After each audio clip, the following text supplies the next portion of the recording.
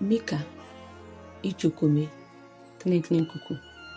Manche Yotam ke manche Ahaz ke manche Hezekia ni di Yuda manche meile ayinole.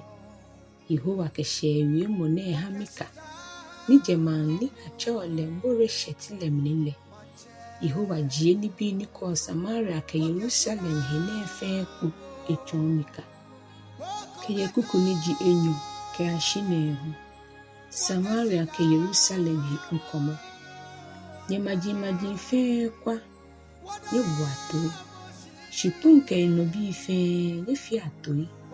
Nyumbo Yehowa aje isolemo chukunkun lemu eye udase ishini. Na Yehowa minje pukeje ehe konkron le ni eishi eba nye shipun le no gojile ano. Gojile a siriye enanishi. Tamowu agbaku sirio ye lahile. Gojile a yiridi awo joyle amle. Ni joyle a gulaglai tamonu. Ni jago yite bote jome. Ene me fe baaba ye esha ni Israelbii efe eshinumo. Ke ehie atuani amechele hewo. Israelbii atuache mole na mweje. Anije Samaria manche manle. Bon jamoni yo Yudale namo eje.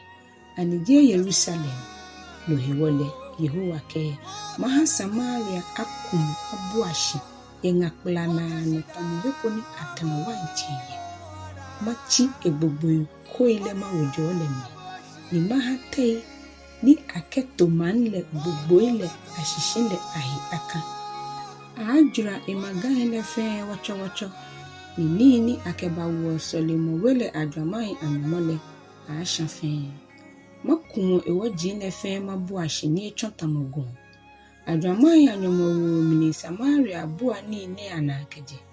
Nyagbene Samaria Henyɛlɔi alo fe ke ate amejamo hei ye hei krokume.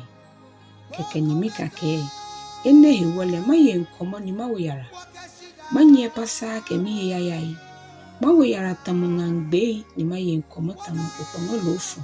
Eja ke Samaria pila moile ni hi chamole ekumimba Yudalo. Hie patamo eshe Yerusalem agboya na aton. Eshe heni mi man ne yo. Keye kuku ni di nyuma ke ashina agbe. Henyɛlɔi le ebɛŋkɛ Yerusalem. Nyeka gbaye Gat. Nyeka ha menanya ni nyemfo. Bet liafra bi nyekoklo amlumle. Nye shafir bi nye jiakpuke hua ke hegbele ke nye yayai. Zanan bi le nye kwaji. Keji nye nuni bet Israelbii mi ye ŋkɔmɔ nye ananye liake abuba hibejen. Marot bi le mi shuheremo. Eja ke Yehowa eha efon eshe Yerusalem agbole na eta. Nye Lakish bi nye fima shuili nye kpetea opongoi ni heyo oya ahi. Israel esha ile nye kasefemo. Nye ke ha Yerusalem efe esha. Bila agbene nye Yuda bi nye ke Moreshet Gat manle ayi ashe.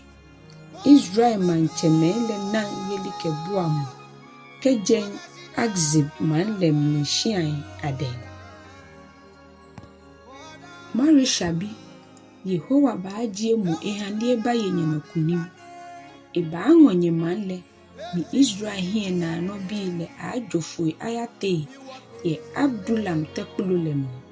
Yuda bi nyesha anye yike ya ŋkɔmɔ yenye bi ni nyesumole ahiwo. Nyekpo anye yikue tamu akpa nga yite. Ejake aba angonye bile anom ke aje nye hike ya. Hallelujah. Mika yicho enyo. Keje kankle koko ke ashina agbe. Noni baaba meini wa ohiafoi ayimo. Bo ha meini to efon hengaye amesai anole. Keje di cherry. Ni amena hegbele. Amefi efon ni ameto henga amefon shine ejake efon le no hewale ya mede. Amehie kon moji ano. Ni ameshon. Amehie kon shiai ano. Ni amengon. Moko boshini ke ewe fe be hwehwehwe. Do hewale boni Yehowa keone mito ni mi bahasa ne fon ayenye ni nyenyen enafo enyejo amane hunu ba banye no ni nyenye kenye hichon kejina kan be le shele men kenye sanele abuabe ni ameala ni jian uje lala ameke ake wahi ekanta krakra Yehowa ehe washipon le yewode ni keha me ni wonumle ni eja wonji eha me ni wonumle lo hiwole kebeshe ni akeshipon le mi kuse aha Yehowa bile keji afon oshikile nyete mokonan eko menshio ni amekeo ake kaashie owo kaashie enemene owo nebele kobe ni baaba wono ani osusu ake alomo Israelbii ani Yehowa tuishi tole eta ani eba afe ni bi ni tamoene me ni fio no ni jale ani jehi mi wie mole hiame Yehowa to yake nete oshinye wo mi male tamate oshinye wo Henyɛlɔi me ku ameseke jo tana keba ni amesusu ake amefe hwehwehwe yeshia chinanye ninye mime ame koni nye polo ametade ya ame ni shuo mi male mi yele ameshia ni amesumole ni jo mo ni Mika jo amebile nye shoye amedenke mi ya nana nye te ashe ninye ya bi ebehwehwehwe don yenyehi eshai ni kehe pata mo baaba le hewo gbalo ni mane sumoji gbalo ni nyi ni ewu ofu ni emaleo ni ekeake wanke dan ni na wababu ahanye shibo fe boni fele mabu anye na ya Israelbii fe ni ehwe mabu anye na tamoto gwantenku kobe mabu anye na tamoto ku ye amenielihe ye ngano nyeshipon le no ba shi huwe konke gbeme nyumbo moni gbele ogbe ba gbelegbe aha mi ni enyi amehi keje no nwom ni keba ame adwa manle agbo ile keje poke ya heyeli mi ame manche ni di Yehowa di enche anyi amehi keje po hallelujah Mika icho ete keje klen kuku ke ashina agbe Mika yueshi Israelbii ahiɛnyiɛlɔi nye Israel onukpa eniji Israel no yeloi nye buatoi anije nye gbenaji akenye ale no nija shinye nyo epapa nye sumo efun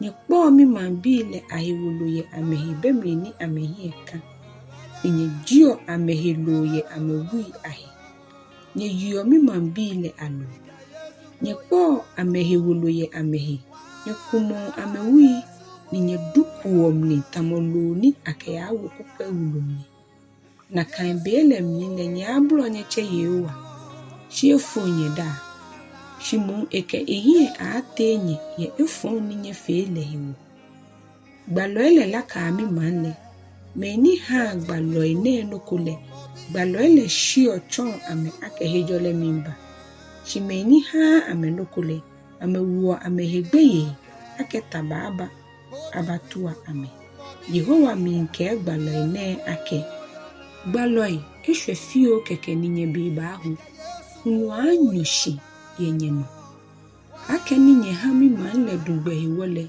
nye nani na kodon ninye nye gbalo kohu nye gbadon me ni gba no ni baaba wose kole ahi ashweshi ni klamofo elehu ahi agboe amefe amehi agboe ni ame amushikoi eja ake nyumo hewe ameno shimile Yehowa ke emumo ke ehewalele wo mimi ubo ni eha miliono ni jijale ni eha mi ekani akekeo Israelbii le no nihi ke no ni ji eshai ni amefiole nye Jacob we onukpa nye Israel no yeloi nye mei ni nye hiyo jale ni nye ha jale chono ni eja nye buato eko nye mi manyumo mawulu ni ji Yerusalem le nye mi malashushue mo ke kutumpo man onukpa ile Nyoni amehio dani amebua asanihi.